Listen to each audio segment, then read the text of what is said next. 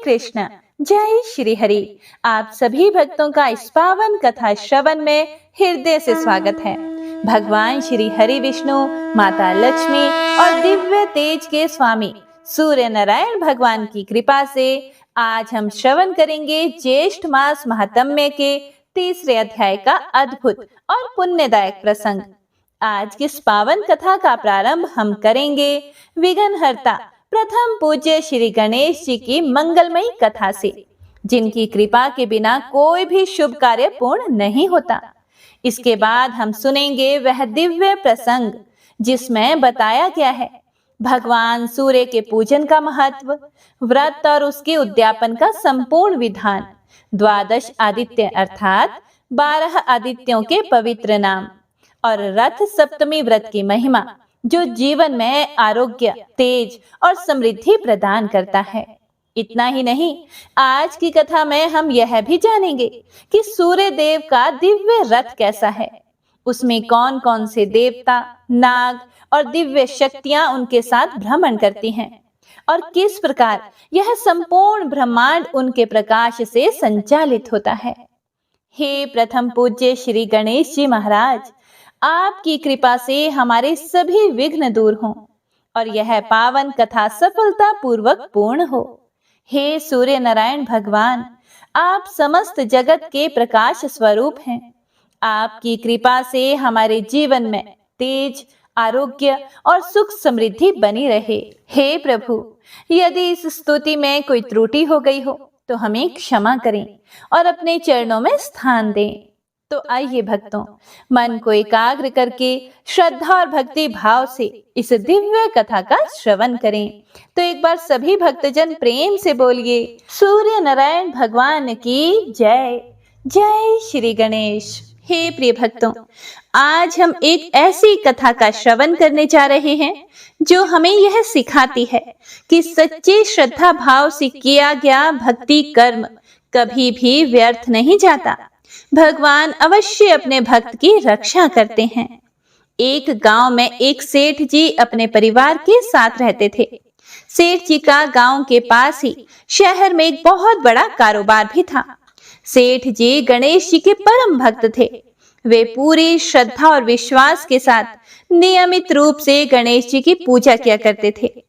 हे प्रिय भक्तों, अब देखिए, जब हृदय में सच्ची भक्ति हो तो पूजा केवल कर्म नहीं रहती, वह प्रेम का पुल बन जाती है, जिससे भगवान स्वयं अपने भक्त तक पहुंच जाते हैं। गणेश जी की कृपा से सेठ जी के घर में अन्न धन के भंडार सदैव भरे रहते थे। उनके जीवन में किसी भी प्रकार की कोई कमी नहीं थी। नित्य प्रतिदिन वह नियम से नदी पर स्नान करने जाते और आकर गणेश जी की पूजा किया करते, उन्हें भोग लगाते। गणेश जी की पूजा करने के बाद ही वह स्वयं भोजन किया करते थे। यह उनका रोजाना का नियम था। पर यह बात उनकी पत्नी मतलब कि सेठानी जी को बिल्कुल भी अच्छी नहीं लगती थी। वह बिल्कुल भी धार्मिक नहीं थी और ना ही भगवान में विश्वास रखती थी। सेठ जी को रोजाना ऐसा करने से वे मना किया करती थी, लेकिन सेठ जी सेठानी की बात पर बिल्कुल भी ध्यान नहीं देते थे। एक दिन की बात है, सेठानी जी सोचने लगी कि यह गणेश जी को इतना मानते हैं और कहते हैं कि सब कुछ गणेश जी भगवान ने ही दिया है और हमेशा इनकी पूजा पाठ करते रहते हैं। भला पत्थर की पूजा करने से कुछ होता है? आज मैं गणेश जी को यहाँ से उठा ही लेती हूँ, फिर देखती हूँ कि वह गणेश जी की पूजा कैसे करेंगे और बिना पूजा किए कितने दिन तक भूखे रहेंगे। तो यह सोचकर सेठानी दूसरे दिन जब सेठ जी नदी पर स्नान करने के लिए जाते हैं तो पीछे से गणेश जी की मूर्ति को उठा लेती है और बगीचे में ले जाकर उसे जमीन में दबा देती है। जब सेठ जी नदी पर से स्नान करके आते हैं तो देखते हैं कि मंदिर में गणेश जी की मूर्ति नहीं है। तो वे सेठानी जी से पूछते हैं कि गणेश जी की मूर्ति कहाँ गई, मंदिर में तो नहीं है। तो सेठानी बोली कि मुझे नहीं मालूम, आपको पता है कि मेरी इन सब चीजों में कोई रुचि नहीं है। तो सेठ जी परेशान होकर सारे घर में गणेश जी की मूर्ति को ढूंढने लगे, पर उन्हें मूर्ति कहीं नहीं मिली। हे प्रिय भक्तों, सच्चा भक्त भगवान के बिना अधूरा होता है। उसका हृदय शांति नहीं पाता, क्योंकि उसकी आत्मा केवल प्रभु में ही विश्राम पाती है।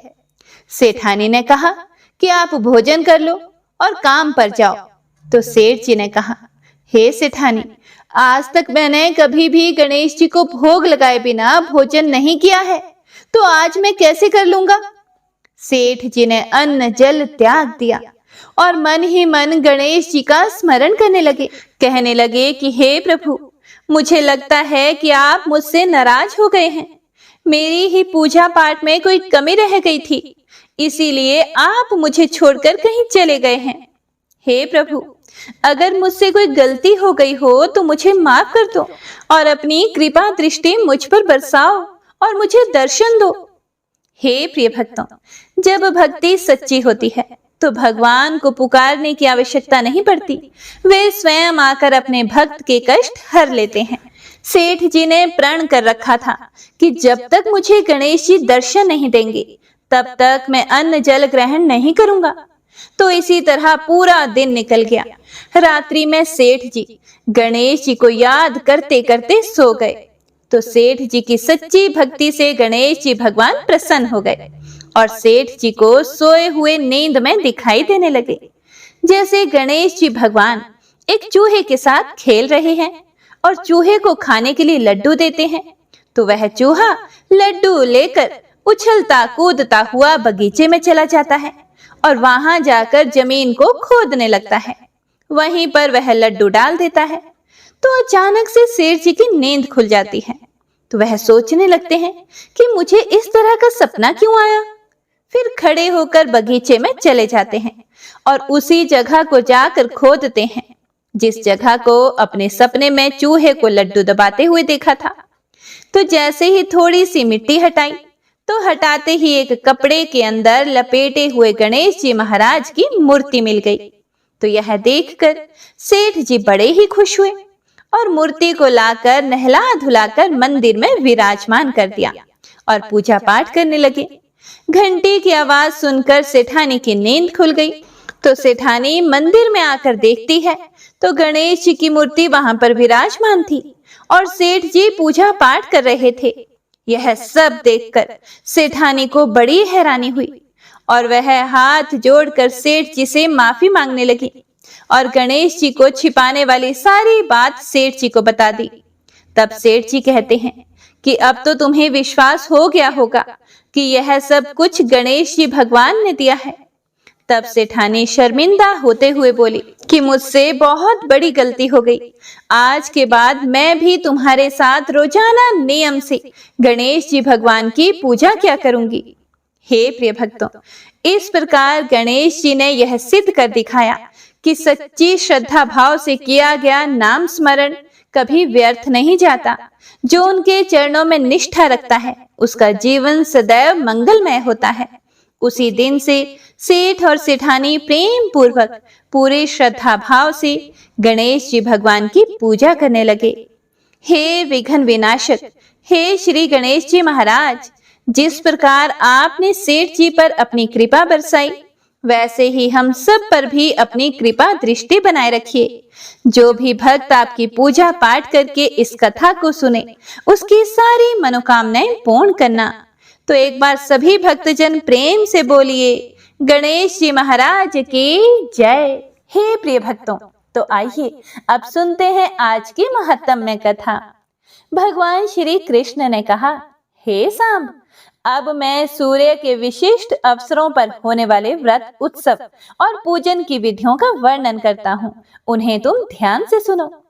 किसी मास के शुक्ल पक्ष की सप्तमी, ग्रहण या संक्रांति के एक दिन पहले एक बार हविष्यान का भोजन कर सायंकाल के समय भली भांति आचमन आदि करके अरुण देव को प्रणाम करना चाहिए तथा सभी इंद्रियों को संयत कर भगवान सूर्य का ध्यान कर रात्रि में जमीन पर कुश की शैया पर शयन करना चाहिए। दूसरे दिन प्रातःकाल उठकर विधि पूर्वक स्नान संपन्न करके संध्या करें तथा ओम खगोलकाय स्वाहा इस मंत्र का जप एवं सूर्य भगवान की पूजा करें। अग्नि को सूर्य ताप के रूप में समझकर वेदी बनाएं और संक्षेप में हवन तथा तर्पण करें। गायत्री मंत्र से प्रोक्षण कर पूर्वाग्र और उत्तराग्र कुशा बिछाएं। उसके बाद सभी पात्रों का शोधन कर दो। कुशाओं की प्रादेश मात्र की एक पवित्री बनाएं। उस पवित्री से सभी वस्तुओं का प्रोक्षण करें। घी को अग्नि पर रखकर पिघला लें और उत्तर की ओर पात्र में उसे रख दें। उसके बाद जलते हुए उल्मुख से पर्यगिनकरण करते हुए घी का 3 बार उत्प्लवन करें। स्रुवा आदि का कुशों के द्वारा परिमार्जन और संप्रोक्षण करके अग्नि में सूर्य देव की पूजा करें और दाहिने हाथ में स्रुवा ग्रहण कर मूल मंत्र से हवन करें। मनोयोग पूर्वक मौन धारण करके सभी क्रियाएं संपन्न करनी चाहिए। पूर्णाहुति के पश्चात तर्पण करें। उसके बाद ब्राह्मणों को उत्तम भोजन कराना चाहिए और यथाशक्ति उनको दक्षिणा भी देनी चाहिए। ऐसा करने से मनोवांछित फल की प्राप्ति होती है। हे पुत्र, माघ मास की सप्तमी को वरुण नामक सूर्य की पूजा करें। इसी प्रकार क्रमशः फाल्गुन में सूर्य देव की, चैत्र में वैशाख की, वैशाख में धाता की, ज्येष्ठ में इंद्र की, आषाढ़ में रवि की, श्रावण में नभ की, भाद्रपद में यम की, आश्विन में पर्जन्य, कार्तिक में त्वष्टा, मार्गशीर्ष में मित्र तथा पौष मास में विष्णु नामक सूर्य का अर्चन करें। इस विधि से 12 मास में अलग अलग नामों से भगवान सूर्य देव की पूजा करनी चाहिए। इस प्रकार श्रद्धा भक्ति पूर्वक एक दिन पूजा करने से वर्ष पर्यंत की गई पूजा का फल प्राप्त हो जाता है। हे पुत्र, उपयुक्त विधि से 1 वर्ष तक व्रत का रतन जटित सुवर्ण का एक रथ बनवाएं और उसमें 7 घोड़े बनवाएं। रथ के मध्य में सोने के कमल के ऊपर रत्नों के आभूषणों से अलंकृत सूर्य नारायण की सोने की मूर्ति स्थापित करें। रथ के आगे उनके सारथी को बैठाएं।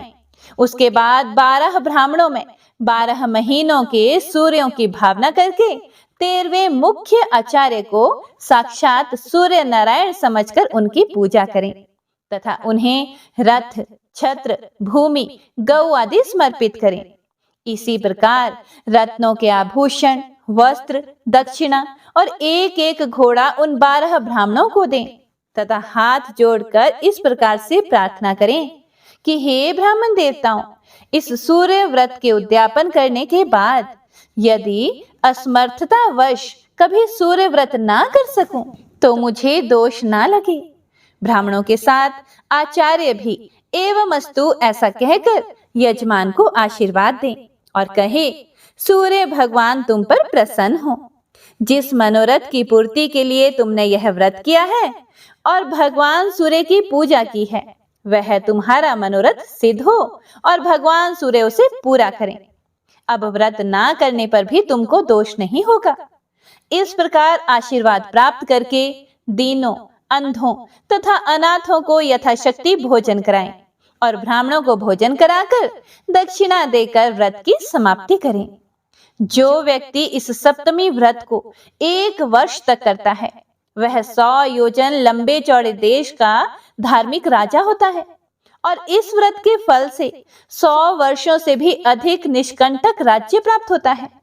जो स्त्री इस व्रत को करती है, वह राजपत्नी होती है। निर्धन व्यक्ति इस व्रत को यथा विधि संपन्न करके बतलाई हुई विधि के अनुसार तांबे का रथ ब्राह्मण को देता है तो वह 80 योजन लंबा चौड़ा राज्य प्राप्त करता है। इसी प्रकार से आटे का रथ बनवाकर दान करने वाला 60 योजन विस्तृत राज्य प्राप्त करता है तथा वह चिरायु, निरोगी और सुखी रहता है। इस व्रत को करने से पुरुष 1 कल्प तक सूर्य लोक में निवास करने के बाद राजा होता है। यदि कोई व्यक्ति भगवान सूर्य देव की मानसिक आराधना भी करता है तो भी वह समस्त आदि व्याधियों से रहित होकर सुखपूर्वक जीवन व्यतीत करता है।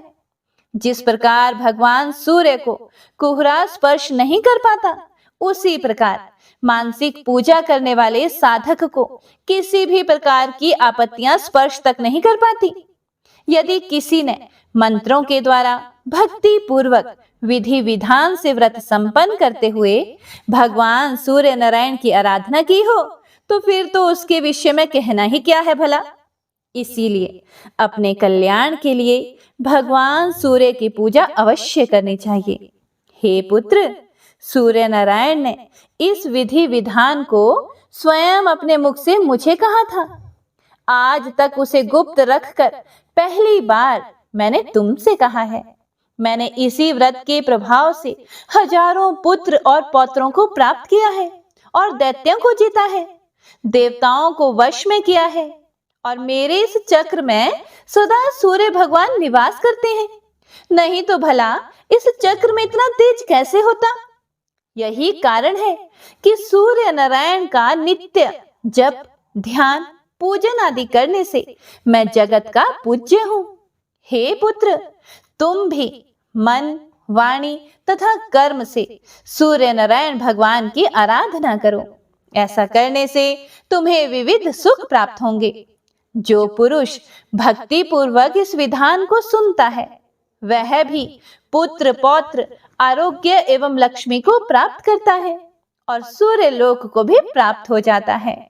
भगवान श्री कृष्ण ने आगे कहा कि हे सांब, माघ मास के शुक्ल पक्ष की पंचमी तिथि को एक भुक्त व्रत और षष्ठी को नक्त व्रत करना चाहिए। हे पुत्र, कुछ लोग सप्तमी में उपवास चाहते हैं और कुछ विद्वान षष्ठी में उपवास चाहते हैं और सप्तमी तिथि में पारण करने का विधान कहते हैं। इस प्रकार अनेक मत हैं। वस्तुतः षष्ठी को उपवास करके भगवान सूर्य नारायण की पूजा करनी चाहिए। रक्त चंदन, करवीर पुष्प, गुगुल धूप, पायस आदि नैवेद्यों से माघ आदि 4 महीनों तक सूर्य नारायण की पूजा करनी चाहिए। आत्मशुद्धि के लिए गोम्य मिश्रित जल से स्नान, गोम्य का प्राशन और यथाशक्ति ब्राह्मण भोजन भी कराना चाहिए। ज्येष्ठ आदि 4 महीनों में श्वेत चंदन, श्वेत पुष्प, कृष्ण अग्रु धूप और उत्तम नैवेद्य सूर्य नारायण भगवान को अर्पण करना चाहिए। इसमें पंचगव्य प्राशन करके ब्राह्मणों को उत्कृष्ट भोजन कराना चाहिए। आश्विन आदि 4 मासों में अगस्त्य पुष्प, अपराजित धूप और गुड़ के पुए आदि का नैवेद्य तथा इक्षु रस भगवान सूर्य को समर्पित करना चाहिए। यथाशक्ति ब्राह्मण भोजन कराकर आत्मशुद्धि के लिए कुशा के जल से स्नान करना चाहिए। उस दिन कुशोदक का ही प्राशन करें। व्रत की समाप्ति में माघ मास की शुक्ल सप्तमी को रथ का दान करें और सूर्य भगवान की प्रसन्नता के लिए रथ यात्रोत्सव का आयोजन करें। महापुण्यदायिनी इस सप्तमी को रथ सप्तमी कहा गया है। यह महासप्तमी के नाम से अभिहित है। भगवान श्री कृष्ण बोले कि हे सांब, रथ सप्तमी को जो व्रत करता है वह कीर्ति, धन, विद्या, पुत्र, आरोग्य, आयु और उत्तमोत्तम कांति प्राप्त करता है। पुत्र, तुम भी इस व्रत को करो जिससे तुम्हारे सभी अभीष्टों की सिद्धि हो। ऐसा कहकर शंख, चक्र, गदा, पद्मधारी भगवान श्री कृष्ण अंतर ध्यान हो गए।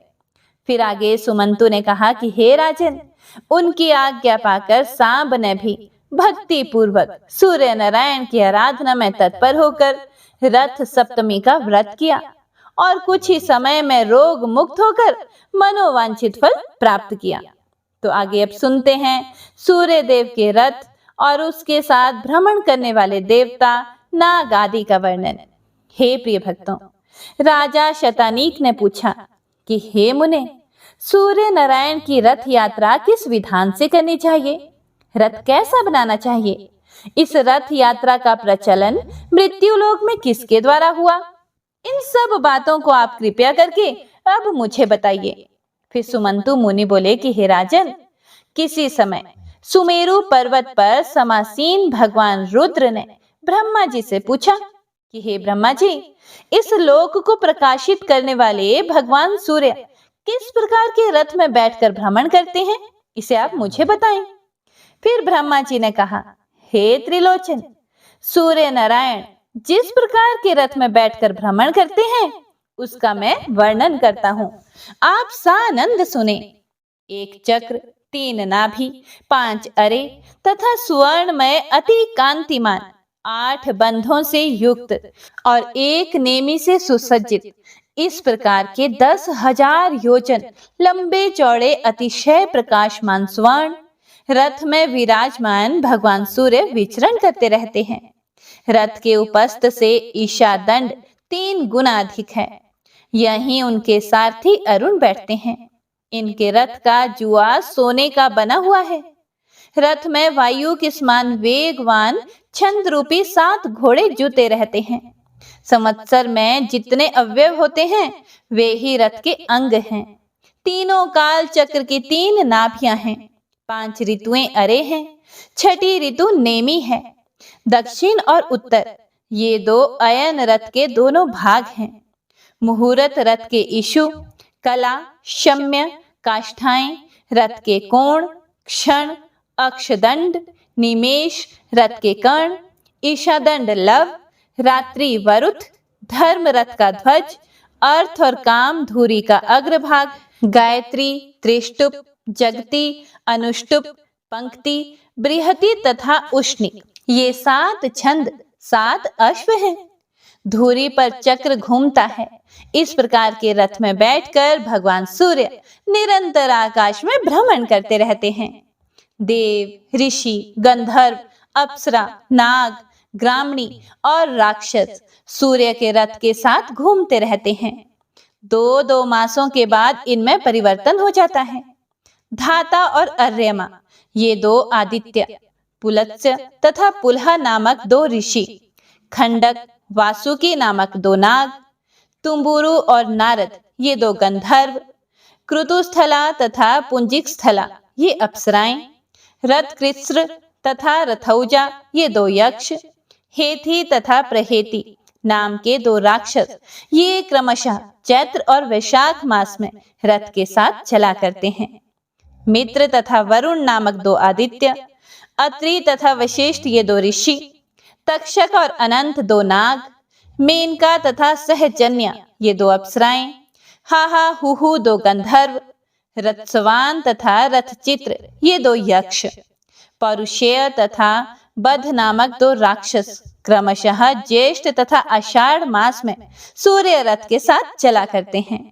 श्रावण तथा भाद्रपद में इंद्र तथा विवस्वान नामक 2 आदित्य, अंगीरा तथा भृगु नामक 2 ऋषि, एलापर्ण तथा शंखपाल ये 2 नाग, प्रमलोचा और दुंदुका नामक 2 अप्सराएं, भानु और दुर्दुर नामक गंधर्व, सर्प तथा बाह्य नामक 2 राक्षस, स्रोत तथा आपूरण नामक 2 यक्ष सूर्य रथ के साथ चलते रहते हैं।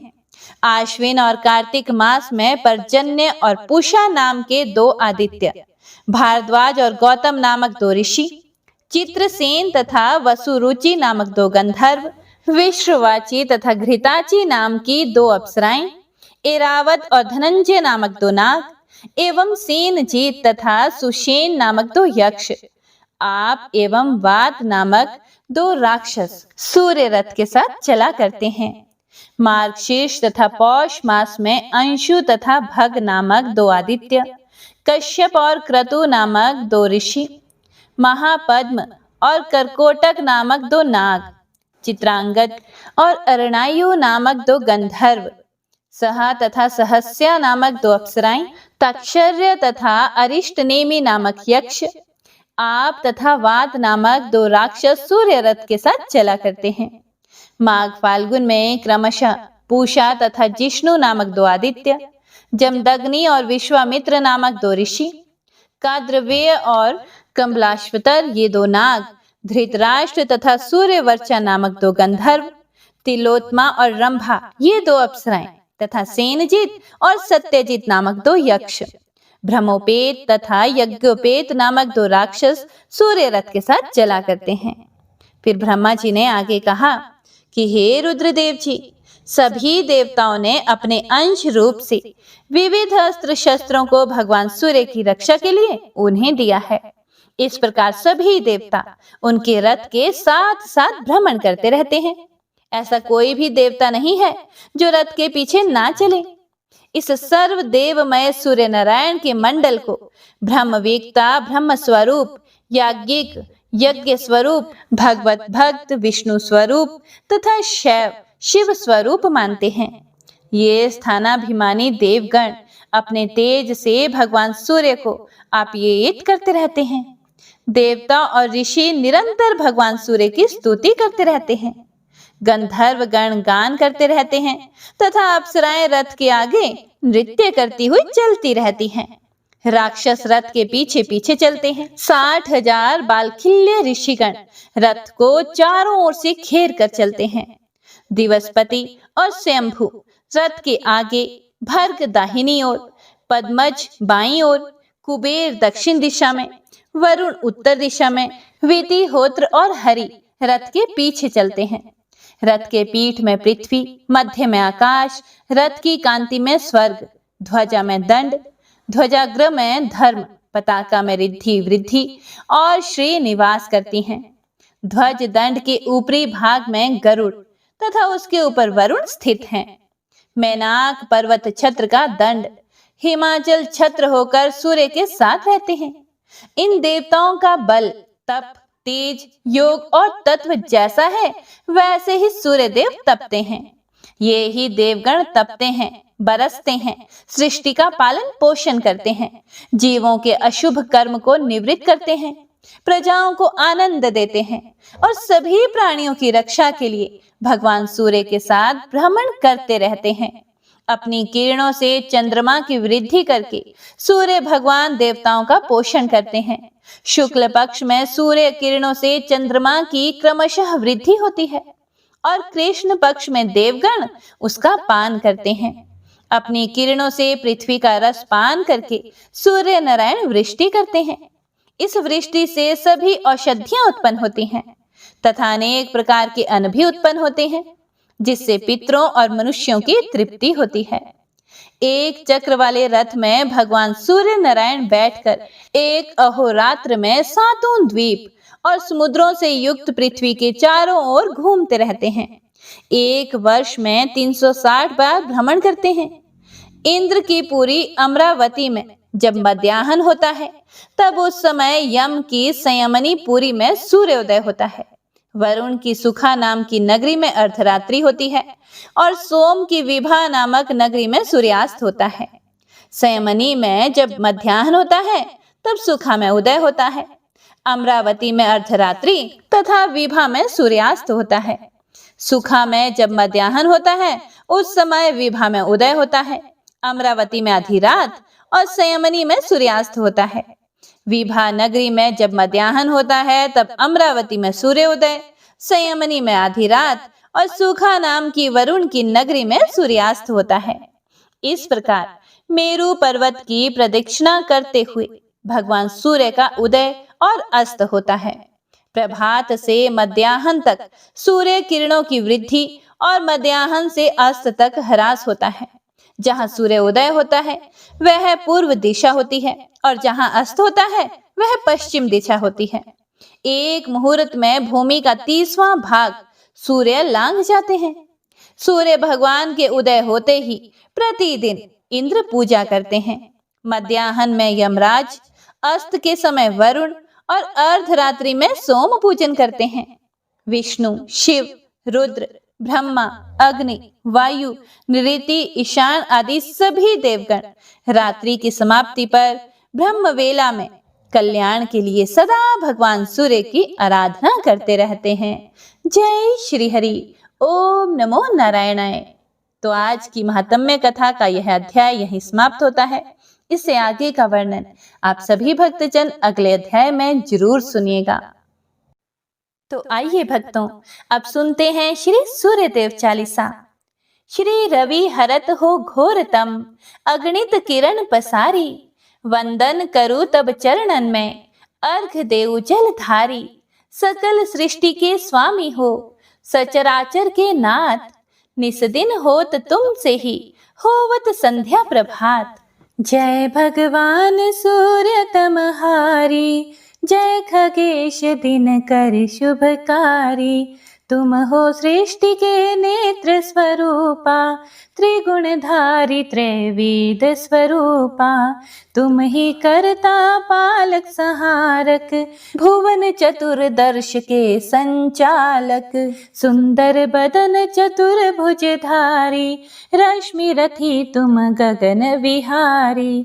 चक्र शंख अरु श्वेत कमल धर, वर मुद्रा सोहत चोटे कर। शीश मुकुट कुंडल गलमाला, चारु तिलक तब भाल विशाला। सप्त अश्वरथ अति द्रुतगामी, अरुण साथी गति अविरामी। रक्त वरुण आभूषण धारक, अति प्रिय तोहे लाल पदारथ। सर्वात्मा कहे तुम्हें ऋग्वेदा, मित्र कहे तुमको सब वेदा। पंच देवों में पूजे जाते, मन वांछित फल साधक पाते।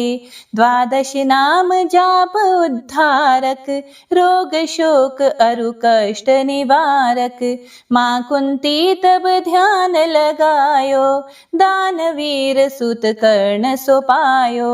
राजा युधिष्ठिर तब जस गायो, अक्षय पात्र वो वन में पायो। शस्त्र त्याग अर्जुन अकुरायो, बन आदित्य हृदय से पायो। विंध्याचल तब मार्ग में आयो, हाहाकार तिमिर से छायो। मुनि अगस्त्य गिरि गर्व मिटायो, निज टक बल से विंध्य नवायो। मुनि अगस्त्य तब महिमा गाई, सुमिर भय विजय रघुराई। तोहे विरोक मधुर फल जाना, मुख मैलिन ही तोहे हनुमाना। तब नंदन शनि देव कहावे, पवन के सुत शनि तीर मिटावे। यज्ञ व्रत स्तुति तुम्हारी कीन्ही, भेंट शुक्ल यजुर्वेद की दिन ही। सूर्यमुखी खरितर तब रूपा, कृष्ण सुदर्शन भानु स्वरूपा।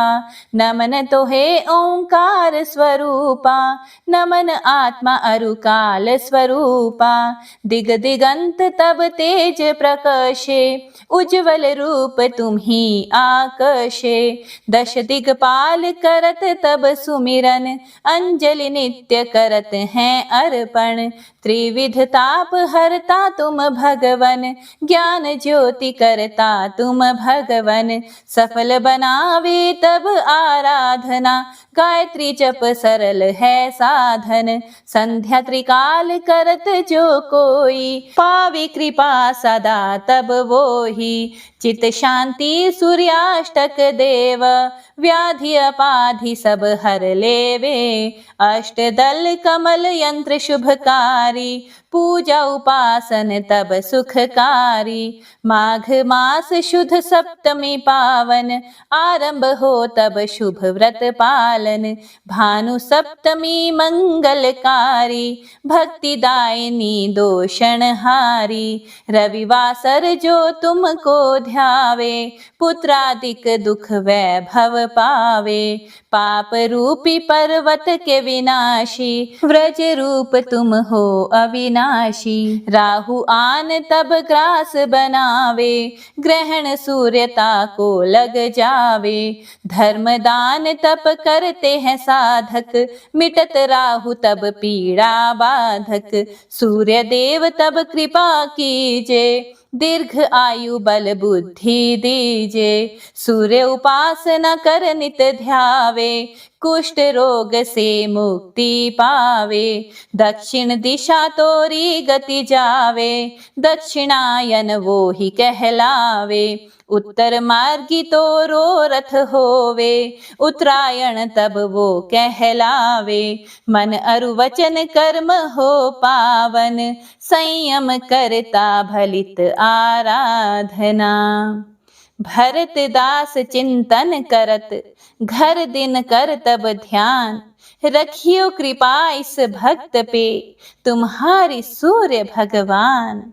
जय सूर्यदेव। हे प्रिय भक्तों, हमारे साथ व्रत कथा महात्म्य से संबंधित जानकारी के लिए यदि आप व्हाट्सएप ग्रुप से जुड़ना चाहते हैं तो हमें इस नंबर पर हरे कृष्णा या ओम नमः शिवाय लिखकर भेजिएगा ताकि समय से आपको जानकारी मिल सके। नंबर इस प्रकार से है 9418984309। हरे कृष्णा। भगवान का आशीर्वाद आप सभी भक्तों पर सदा सर्वदा बना रहे।